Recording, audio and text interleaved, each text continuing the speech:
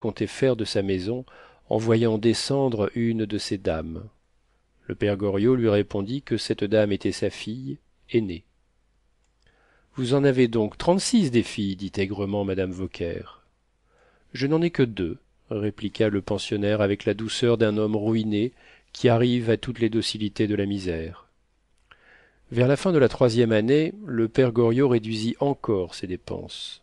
En montant au 3e étage et en se mettant à 45 francs de pension par mois. Il se passa de tabac, congédia son perruquier et ne mit plus de poudre. Quand le père Goriot parut pour la première fois sans être poudré, son hôtesse laissa échapper une exclamation de surprise en apercevant la couleur de ses cheveux. Ils étaient d'un gris sale et verdâtre. Sa physionomie, que des chagrins secrets avaient insensiblement rendue plus triste de jour en jour, semblait la plus désolée de toutes celles qui garnissaient la table. Il n'y eut alors plus aucun doute.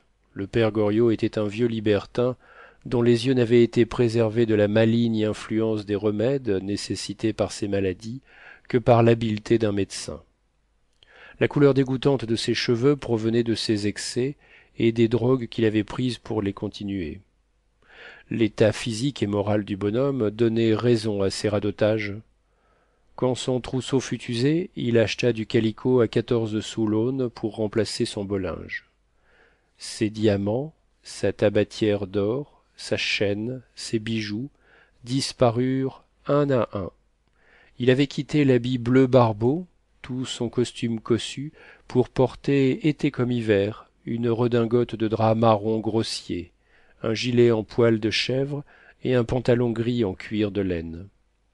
Il devint progressivement maigre, ses mollets tombèrent, sa figure bouffie par le contentement d'un bonheur bourgeois se vida démesurément.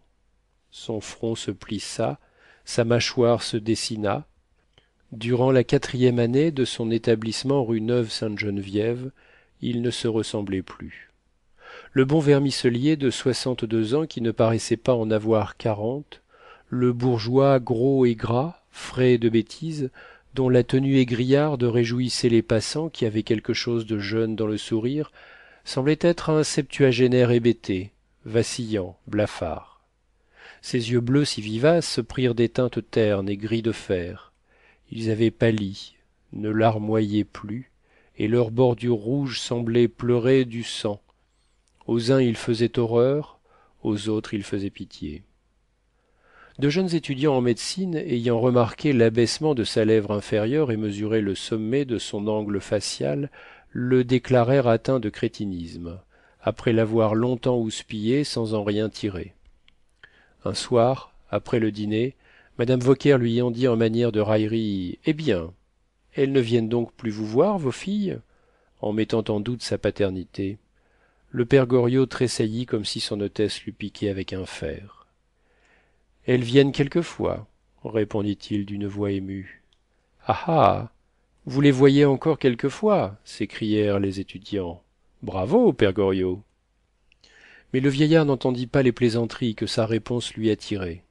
Il était retombé dans un état méditatif que ceux qui l'observaient superficiellement prenaient pour un engourdissement sénile dû à son défaut d'intelligence.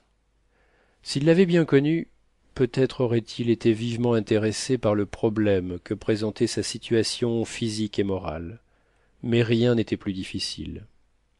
Quoiqu'il fût aisé de savoir si Goriot avait réellement été vermicellier et quel était le chiffre de sa fortune, les vieilles gens dont la curiosité s'éveilla sur son compte ne sortaient pas du quartier et vivaient dans la pension comme des huîtres sur un rocher.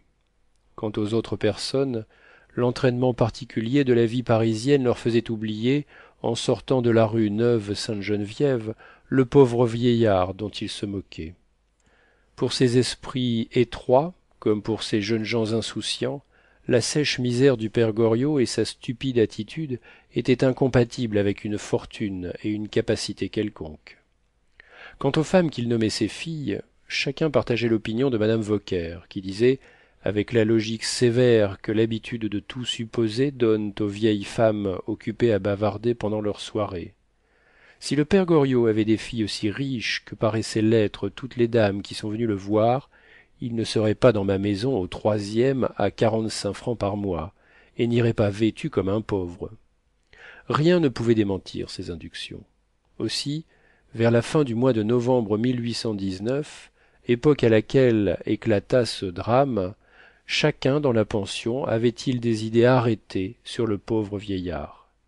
Il n'avait jamais eu ni fille ni femme. L'abus des plaisirs en faisait un colimaçon, un mollusque anthropomorphe à classer dans les casquetiféres, disait un employé au muséum, un des habitués à cacher. Poiret était un aigle, un gentleman auprès de Goriot. Poiret parlait, raisonnait, répondait. Il ne disait rien, à la vérité, en parlant, raisonnant ou répondant, car il avait l'habitude de répéter en d'autres termes ce que les autres disaient. Mais il contribuait à la conversation. Il était vivant, il paraissait sensible, tandis que le père Goriot, disait encore l'employé au muséum, était constamment à 0 degré au mur. Fin de la 3e section.